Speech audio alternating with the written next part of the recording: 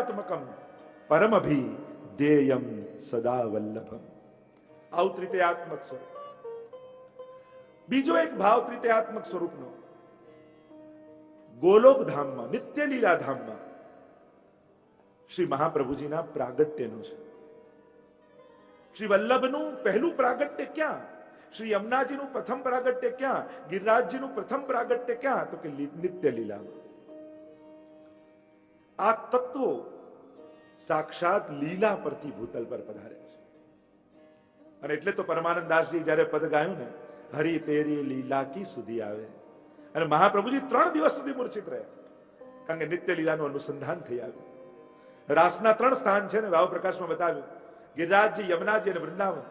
મહાપ્રભુજી રોજ એક દિવસ એક સ્થાનની લીલામાં મગ્ન રહ્યા, અને પરમાનંદ દાસજી ગભરાઈ ગયા કે આજ પછી આવું પદ નહીં ગાઉં, કારણ કે આજે તો વલ્લભ ન પધાર્યા લીલામાંથી ભૂતલ પર, અને ફરી ગાઉં અને ફરી ન પધારે તો ડર લાગ્યો, અને મનમાં નિશ્ચય કર્યો કે હવે આવું પદ નહીં ગાઉં.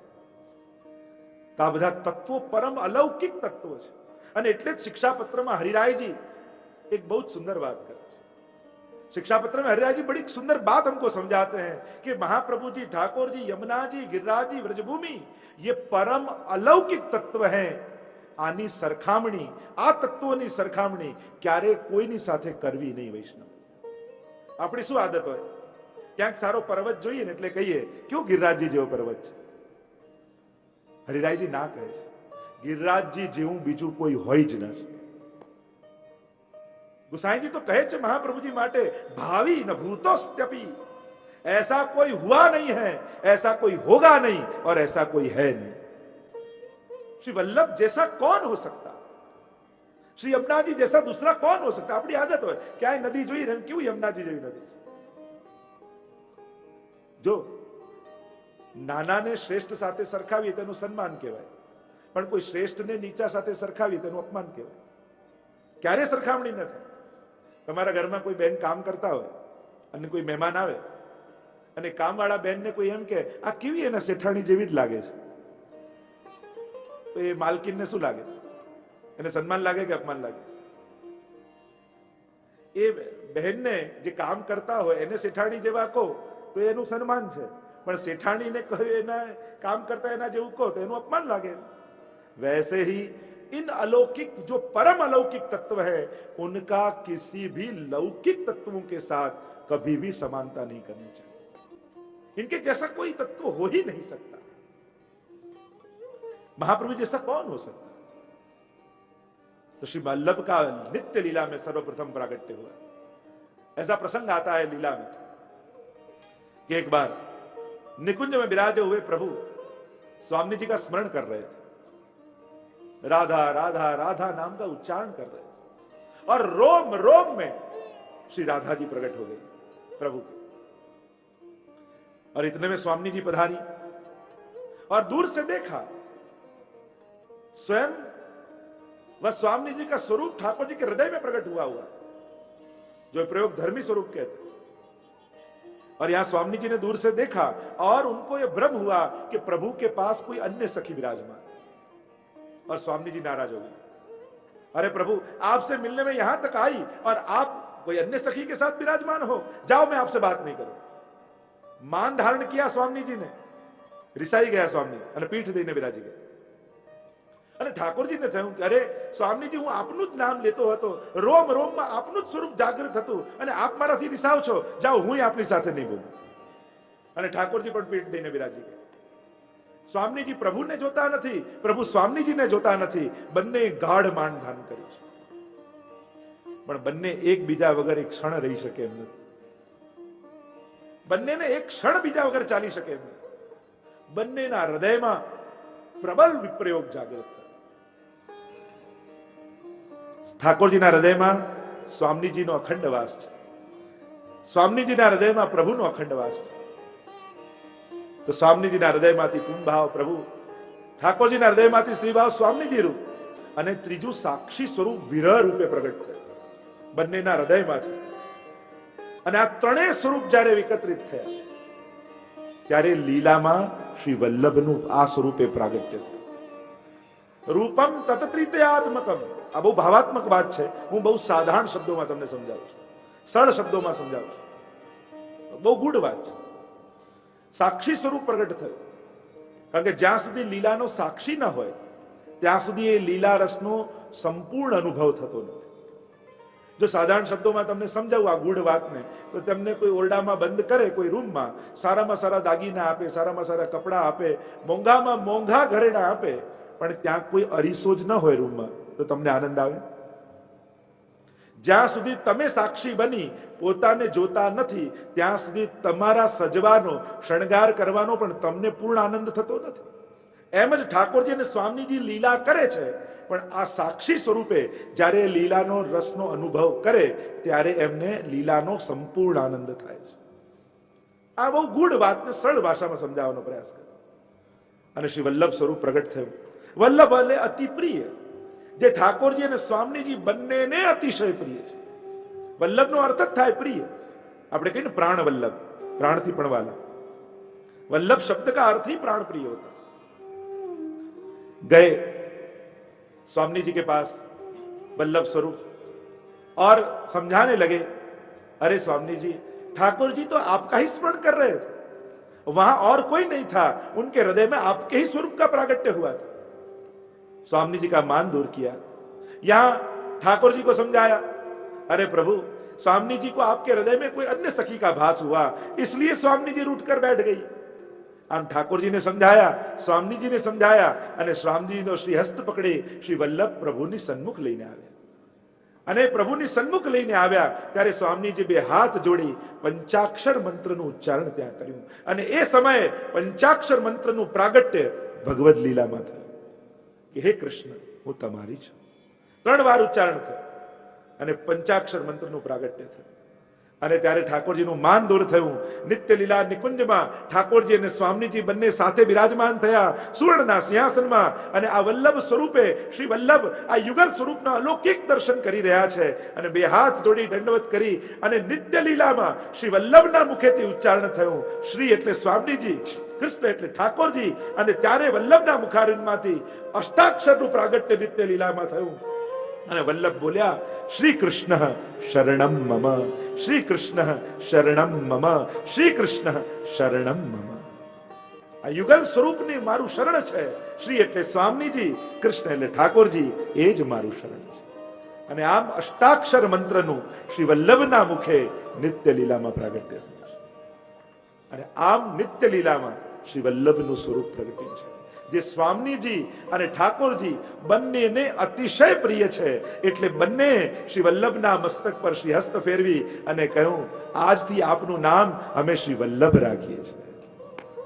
અને આમ જે બંને યુગલને બંનેને અતિશય પ્રિય છે, એ શ્રી મહાપ્રભુજીનું અલૌકિક સ્વરૂપ નિત્ય લીલામાં બિરાજમાન છે. અને એ સ્વરૂપ ભૂતલ પર પધાર્યું છે. રૂપમ તત્ત્રિતયાત્મકમ પરમભિદેયમ સદા વલ્લભમ. આવા શ્રી વલ્લભને ધ્યાન કરીએ છીએ. તો આવા શ્રી વલ્લભની સર્વોત્તમ સ્તોત્ર સ્વરૂપે શ્રી गुसाईजी गाथा गाई है. आइए प्रवेश करते हैं सर्वोत्तम स्तोत्र की वो गाथा में. 6 શ્લોકમાં મહાત્માનું વર્ણન કર્યું છે. ઐશ્વર્ય, વીર્ય, યશસ્વી, જ્ઞાન અને વૈરાગ્ય, આ ત્રણેયનો પરિચય કરાવ્યો છે. આવો પહેલા શ્લોકનું ગાન કરી એનું રસ દર્શન કરીએ. સાકૃતિ સ્તવમી, એ સાકાર સ્વરૂપની સ્તુતિ કરીએ છીએ. શ્રી વલ્લભનું સ્વરૂપ કેવું છે? કારણ કે જ્યાં સુધી સ્વરૂપ જ્ઞાન નહીં થાય ત્યાં સુધી સ્વરૂપ નિષ્ઠા પણ પ્રગટ નહીં થાય. તમે જેને ભજો છો એને જાણો છો ખરા? કારણ કે જેને ભજો છો એને સર્વોપરી કરીને ન જાણ્યા તો ગમે તે પરિસ્થિતિએ એના તરફ અભાવ આવી જશે. અને એટલા માટે સ્વરૂપ જ્ઞાન એ બહુ મહત્વનું છે. આપણે ત્યાં આ 3 પ્રકારનું જ્ઞાન હોવું જોઈએ પ્રત્યેક વૈષ્ણવ. स्वरूप ज्ञान, सेवा ज्ञान અને स्व ज्ञान. सबसे पहले स्वरूप ज्ञान. क्या आप जिनकी सेवा करते हो ठाकुर जी की घर में, वह प्रभु के स्वरूप का ज्ञान आपको है? जो આપણને રૂપનું જ્ઞાન હોય છે પણ સ્વરૂપનું નથી હોતું. ઠાકોરજી કેવા? આપણે કે કાળા વાકડિયા કેસ, આવા નેત્રો, આવા હસ્ત, આવા ચરણ, રૂપનું જ્ઞાન છે પણ સ્વરૂપનું જ્ઞાન છે? શ્રી મહાપ્રભુજીના રૂપનું જ્ઞાન આપણને છે. શ્રી મહાપ્રભુજી કેવા હતા? આપણે કહીએ આમ ધોતી ઉપરના ધારણ કર્યા હોય, મસ્તક પર તિલક હોય, આવા નેત્રો, આવું મુખારવિંદ, રૂપની વાત કરી. સ્વરૂપ કેવું? ઓર સ્વરૂપ જ્ઞાન કરાવે છે અહીંયા ગુસાઈજી આપણને. કારણ કે જેની સ્તુતિ આપણે કરવા જઈ રહ્યા છે, जिनके नामों का हम आश्रय करने जा रहे हैं, वो स्वरूप कैसा है? કારણ કે જ્યાં સુધી એનું અલૌકિકતાને નહીં જાણો ત્યાં સુધી એની નામની મહત્તાનું પણ જ્ઞાન નહીં થાય. અને એટલા માટે સ્વરૂપને સમજાવતા કહ્યું, પ્રાકૃત ધર્માનાશ્રયમ. જ્યાં પ્રાકૃત ધર્મોનો આશ્રય નથી. પ્રાકૃત ધર્મ કોણ? કેવા? શાસ્ત્રોમાં 4 પ્રકારના ધર્મોને પ્રાકૃત કહ્યા. કે 4 વસ્તુ જેમાં હોય પ્રાકૃત કહેવાય. અસ્તિ, જાયતે, વર્ધતે અને મ્રિયતે. આ 4 પ્રાકૃતના લક્ષણો છે. અસ્તિ એટલે હોવું, જાયતે એટલે જન્મવું, વર્ધતે એટલે વધવું અને મ્રિયતે એટલે મરી જવું. આ લૌકિકતાના, આ પ્રાકૃતતાના ધર્મો છે. શ્રી મહાપ્રભુજીના સ્વરૂપમાં આ પ્રાકૃત ધર્મોમાંનો એકે ધર્મ નથી. નથી જન્મ, નથી મૃત્યુ. ત્યાં પ્રાગટ્ય છે અને પ્રાપ્તિ છે. આપણે કહીએ ભગવદ લીલામાં પ્રાપ્તિ થઈ, મૃત્યુ નથી. અને મહાપ્રભુજીના ચરિત્રમાં તો આપણે જાણીએ છીએ કઈ રીતે પ્રગટ થયા. એની પણ આપણે આજે ગાથા ગાઈશું. આજે મહાપ્રભુના પ્રાગટ્યનો જન્મોત્સવ પણ કરવાનો છે. પ્રાગટ્ય છે. જેમ ઠાકોરજીનું પ્રાગટ્ય થયું ભાગવત કથામાં આપણે શ્રવણ કરીએ છીએ કે પ્રભુ પ્રગટ્યા. જેમ ચંદ્રમાનો ઉદય પ્રાચી દિશામાં થાય એમ ઠાકોરજીનું પ્રાગટ્ય થયું. એમ શ્રી મહાપ્રભુજીનું પ્રાગટ્ય છે. અને મૃત્યુ નથી, પ્રાપ્તિ છે. આપણે કહીએ ભગવદ લીલામાં પ્રાપ્તિ થઈ. મહાપ્રભુ ભગવદ લીલામાં પધાર્યા. અને એટલા માટે પ્રાકૃતતાના ગુણો શ્રી વલ્લભમાં નથી. અને વાર્તા સાહિત્યમાં અનેક પ્રમાણ જુઓ.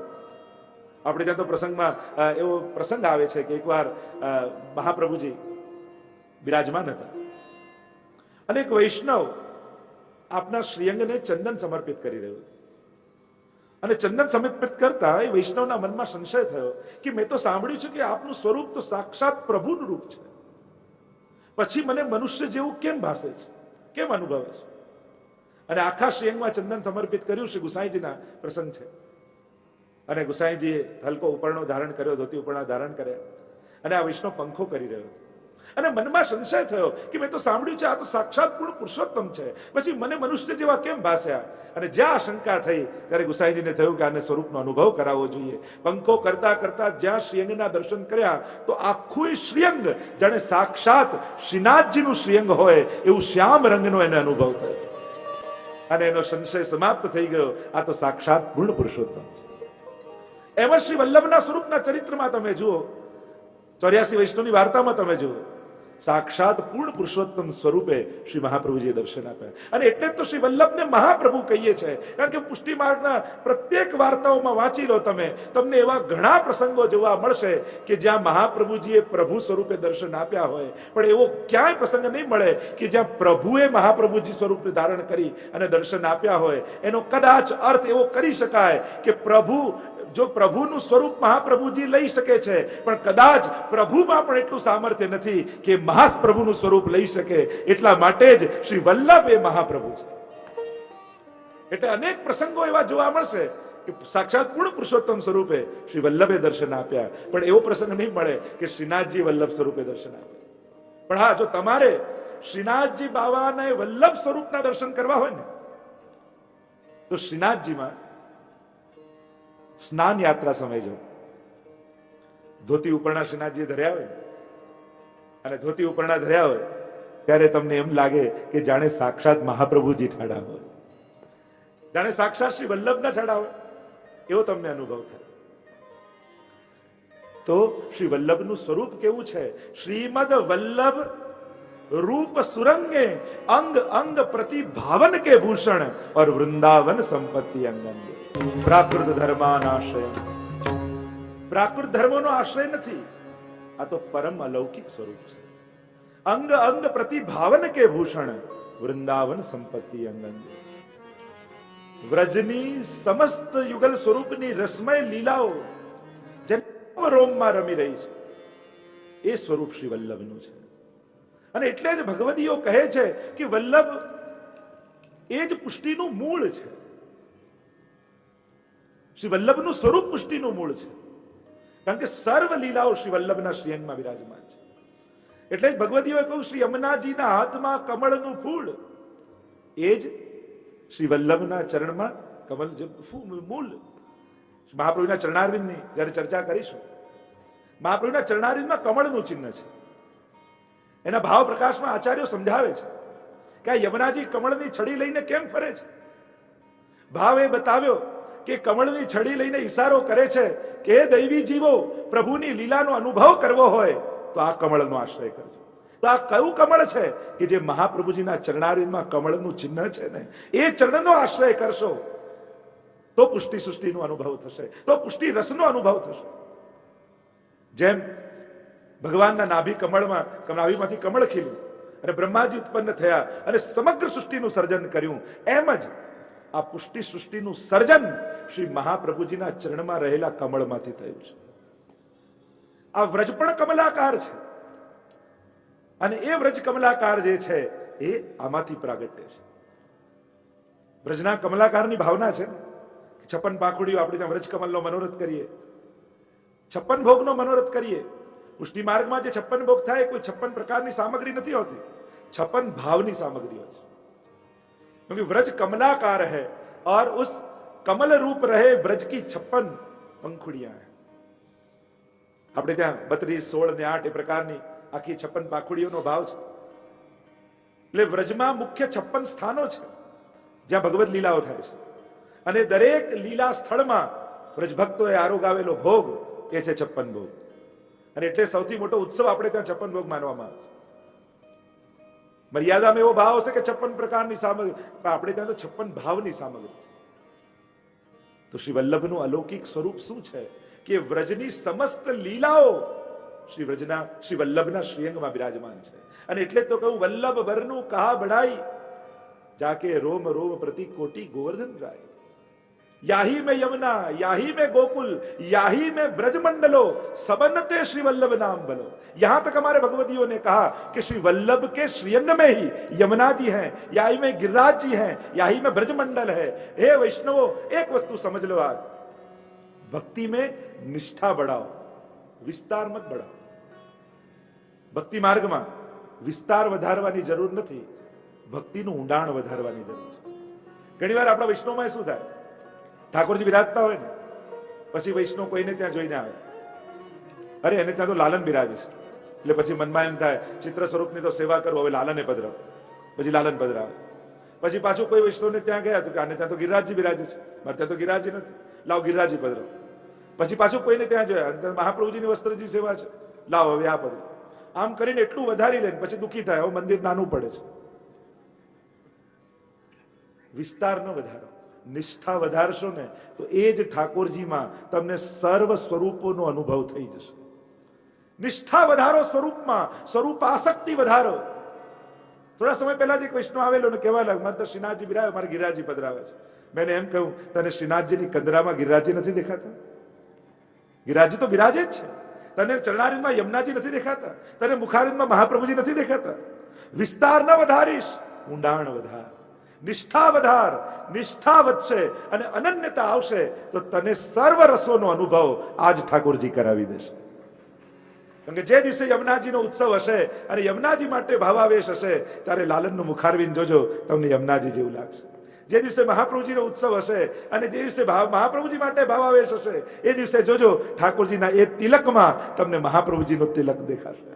જે દિવસે ગિરિરાજજી માટે ભાવ હશે, એ દિવસે તમને પ્રભુનું સ્વરૂપ એવું દેખાશે. નિષ્ઠા વધારો, આસક્તિ વધારો. અત્યારે આપણે લોકો સ્વરૂપની સાઈઝ વધારવામાં લાગે છે. અહીંયા આટલું મોટું સ્વરૂપ, અહીંયા પેલા કરતા મોટું સ્વરૂપ, સ્વરૂપ મોટા કરતા જઈએ. સ્વરૂપ મોટા કરવાની મહેનત ન કરો, શ્રદ્ધા મોટી કરો તો નાના સ્વરૂપમાં બધા અનુભવ થઈ જશે. એવું હોય કે મોટું સ્વરૂપ હોય 100% કૃપા કરે, 1 ફૂટનું હોય 50% કૃપા કરે, એનાથી નાનું હોય 25% કૃપા કરે, એવું હોય. અરે 7 તાળ જેટલા મોટા મથુરાધીશ પ્રગટ થયા અને મહાપ્રભુજીને કહેવા લાગ્યા કે મારી સેવા કરો, ત્યારે મહાપ્રભુજીએ કહ્યું ગોદમાં બેસો એવા થાવ તો સેવા કરીશ. અને એટલા માટે અમારે यहाँ તો યશોદોત્સંગ લાલિત હૈ, ગોદ में खेलने वाले प्रभु. જો આજે મારું સૌભાગ્ય કેવું છે, અહીંયા કથાનું પણ એવું સુંદર સ્થાન બન્યું કે મને તો એમ જ લાગે છે કે મહાપ્રભુજીની ગોદમાં બેસીને એમના ગુણગાન કરી રહ્યો. ऐसे श्री वल्लभ जिनके भीतर समस्त पुष्टि सृष्टि विराजमान है. श्री यमुना जी विराजमान है, क्योंकि यमुना जी जैसे कृपालु दयालु, यमुना से नाही को और दाता, तो महाप्रभु जी कैसे हैं महोदार चरित्रवान. तो श्री यमुना जी विराजमान हुए कि नहीं? श्री वल्लभ के भीतर यमुना जी विराजमान है, क्योंकि यमुना जी की जो उदारता है वो श्री वल्लभ के अंदर भी विराजमान है. यमुना जी जैसे कोई दाता और नहीं है, तो महोदार कौन है? श्री वल्लभ है. और कैसे दाता है महाप्रभु जी? तो अपना सर्वस्व देने वाले दाता है. याही में यमुना, याही में गोकुल, याही में ब्रजमंडलो, सबनते श्री वल्लभ नाम. याही में ब्रजमंडलो, वृंदावन संपत्ति अंगंगे, वृंदावन की समस्त संपत्ति श्री महाप्रभु जी के रोम रोम में विराजमान है. समस्त लीला परिकर श्री वल्लभ के भीतर विराजमान है. वल्लभना स्वरूप भीतर સમગ્ર લીલા પરિકર સૃષ્ટિ સમગ્ર વિરાજમાન. આપણે જ્યાં તો વાર્તા પ્રસંગમાં આવે છે ને, આ જેટલા વૈષ્ણવો છે એ પણ શ્રી વલ્લભની શ્રીઅંગની સૃષ્ટિ છે. ગુસાઈજીના ચરિત્રમાં આવે છે, ગૌજી બાજુમાં વિરાજમાન હતા અને પૂછ્યું સહજમાં આ વૈષ્ણવોનું શું સ્વરૂપ છે? ત્યારે ગુસાઈજીએ કહ્યું આ સમગ્ર વૈષ્ણવ મારા શ્રીઅંગનું સ્વરૂપ છે. પૂછ્યું तो आज चाचा जी हरिवंश जी, ये चाचा जी का कहा स्वरूप है? कहा गुसाई जी ने आ चाचा जी છે ને તો મારા આંખોની કીકીઓ છે. સંશય થયો બાબુજી ને કે આવું કઈ રીતે હોય. એકવાર ગુસાઈજી પધારી રહ્યા હતા, ચાચાજી પધારી રહ્યા અને એના પગમાં પથ્થરથી ઠોકર વાગી અને પથ્થરથી વાગ્યું એટલે લોહી નીકળવા લાગ્યું પગમાં. અને જ્યાં ચાચાજીને પગની ઠોકર વાગી પથ્થરની, અને અહીંયા ગુસાઈજીના નેત્રો લાલ બની ગયા. પૂછ્યું કે આવું કેમ? તો કે ચાચાજીના પગમાં ઠોકર વાગી અને મારી આંખોની કીકીઓ છે અને એને કારણે મારા નેત્રો લાલ બની ગયા. અને બહુજીનો સંશય સમાપ્ત થઈ ગયો અને અનુભવ થયો કે આ સમગ્ર વૈષ્ણવો તો શ્રી વલ્લભના શ્રીઅંગ રૂપ છે. ગોવર્ધન ગિરિરાજજી એ તો હરિદાસ વર્ય છે. અંતાય બદ્રિર બલા હરિદાસ વર્યો યદ રામ કૃષ્ણ ચરણ સ્પર્શ પ્રમોદ માનમ તનોતિ સહગો ગણ્યો સ્તયોર્યત पानी सूय वस कंदर कंद मूलई. गोपीजन कहते हैं इनसे बड़ा भगवती और कोई नहीं गिरिराज जी समान, क्योंकि सेवा कैसे करनी ये तो गिरिराज जी समझाते हैं. जैसे ठाकुर जी जब भी पधारते हैं गिरिराज जी पर, चरणों का स्पर्श होते ही इनके रोम रोम खड़े हो जाते हैं, अपने में से कंदमूल झरने बहाते हैं, प्रभु की सेवा करते हैं. तो वैसे ही गिरिराज जी श्री वल्लभ के भीतर विराजमान है. कैसे? ये सेवा की तत्परता के रूप से. आप सेवा करी सीखवे श्री हरि, भक्ति पक्ष वैभव सुदृढ़ की दो, जन शिक्षा कृते कृष्ण भक्ति. आप स्वयं सेवा कर कर हमें सेवा सिखाते. कैसी तत्परता महाप्रभु जी में, कैसी तत्परता गुसाई जी में. मार्ग रीत दिखाई प्रकट भय मार्ग रीत दिखाई, सेवा रीत प्रीत व्रजजन की, जनहित जग प्रगटाई, प्रकट भय मार्ग रीत. गिरिराज जी भी श्री वल्लभ के भीतर. श्री महाप्रभु जी की परिक्रमा करो ना. देखो यहाँ 84 बैठक का भावात्मक मनोरथ हुआ. एक श्री वल्लभ की परिक्रमा करो तो आप पूरी व्रज परिक्रमा का फल, पूरी गिरिराज जी की परिक्रमा का फल केवल महाप्रभु जी की परिक्रमा से प्राप्त होगा. जैसे पुराणों में हम कथा सुनते हैं, वो गणपति जी ने तीर्थ यात्रा करवाનું કહ્યું, માતા પિતાને પધરાવ્યા અને એમની પરિક્રમા કરી તો સમગ્ર તીર્થો આવી ગયા. એમ વૈષ્ણવ વલ્લભને પધરાવીને પરિક્રમા કરે તો સમગ્ર વ્રજ પરિક્રમાનું ફલ એને મળી જાય. हरिराय जी कहते हैं वल्लभ को छोड़ के वृथा इत उत न चलो, कहीं भटकने की आवश्यकता नहीं है. दृढ़ करके वल्लभ के चरणारविंद पकड़ लो. श्री वल्लभ पद बंदो सदा, सरस होत सब ज्ञान, रसिक रटत आनंद सो, करत सुधा रसपान. केवल वल्लभ के चरणारविंद पकड़ लो, सभी फलों की प्राप्ति वहीं हो जाएगी. ये महत्ता श्री महाप्रभु जी के स्वरूप की है. इसीलिए गुसाई जी प्रभु चरण प्रथम श्लोक में ही श्री महाप्रभु जी का ऐश्वर्य गुण समझाते हुए कहते हैं प्राकृत धर्मानाश्रयम अप्राकृत निखिल धर्म रूपमिति निगम प्रतिपाद्यम यत् तच्छुद्धम साकृति स्तौमी। तो ऐसे जहां प्राकृत धर्मों का आश्रय नहीं है, परम अलौकिक धर्म स्वरूप है, वेदों में जिनका प्रतिपादन हुआ है, वेदों ने प्रतिपादित किया, क्योंकि वेदों का फल भागवत जी है, और भागवत जी की लीलाएं हमारे सुखदेव जी के पास तो अधिक समय नहीं था, क्योंकि 7 दिन में परीक्षित की मृत्यु होने वाली थी। दिवस एकादनी उत्तरा कुंवरपति व्यास नंदन मुख्य विषय बाकी। गोपालदास जी ने भी कहा कि वो तो एकाध दिन की लीलाएं गाई हैं, अधिक गाने का समय ही कहां था। और इसलिए वही लीलाएं जो सुखदेव जी नहीं गा पाए, वो हमारे अष्ट सखाएं कीर्तनियाओं जी के मुखारविंद से, हमारे अष्टछाप भगवतियों के मुखारविंद से प्रभु ने वही लीलाओं का विस्तार किया, प्रकट किया। तो वेद में प्रकट रूप से नहीं है, पर गूढ़ रूप से, जहां रसो वही सह कहा ईश्वर को, तो वह संकेतिक रूप से, क्योंकि कोई पूछे कि महाप्रभु जी का वेद में उल्लेख कहां है, तो अनेक ऐसी ऋचाएं हैं, मंत्र हैं। अभी वो समय नहीं है जो वेदोक्त चर्चा हो, पर केवल एक बात कहूं कि रसो वही सह कहा, तो यहां कहा रोम रोम रस छल के श्री वल्लभ, रोम रोम रस छल के, यह जो है या रस के अधिकारी भरत सुबारो रन्न हल्के। तो वह रसरूप जो वेद में रसो वही सह ईश्वर कहा गया, वही वल्लभ रूप से भूतल पर पधारे। तो निगम प्रतिपाद्यम, वेद ने प्रतिपादित किया हुआ है, क्योंकि वेद का फल निगम कल्प तरोर गलितम फलम, वह तो भागवत जी है जो गलित फल है। और भागवत जी की जो लीलाएं हैं वो हमारे अष्टछाप भगवतियों ने गाई, और अष्टछाप भगवतियों ने श्री महाप्रभु जी का गुणगान किया। तो अष्टछाप है हमारे वेद। हमारे यहां तो यहां तक कहा गया कि वैष्णव के वेद कौन से, तो अष्टछाप भगवतियों की वाणी। निगम प्रतिपाद्यम यत्तत् शुद्धम, शुद्ध जो माया से लिप्त नहीं है, शुद्धाद्वैत ब्रह्मवाद की जो बात आती है, साकृति स्तौमी, वैसे साकार स्वरूप, ये कोई निराकार की बात नहीं है, जो साकार रूप से पधारे हैं, ऐसे श्री वल्लभ का यह ऐश्वर्य गुण बताया कि ये वल्लभ का ऐश्वर्य है जो अप्राकृत है, शुद्ध है और साकार है।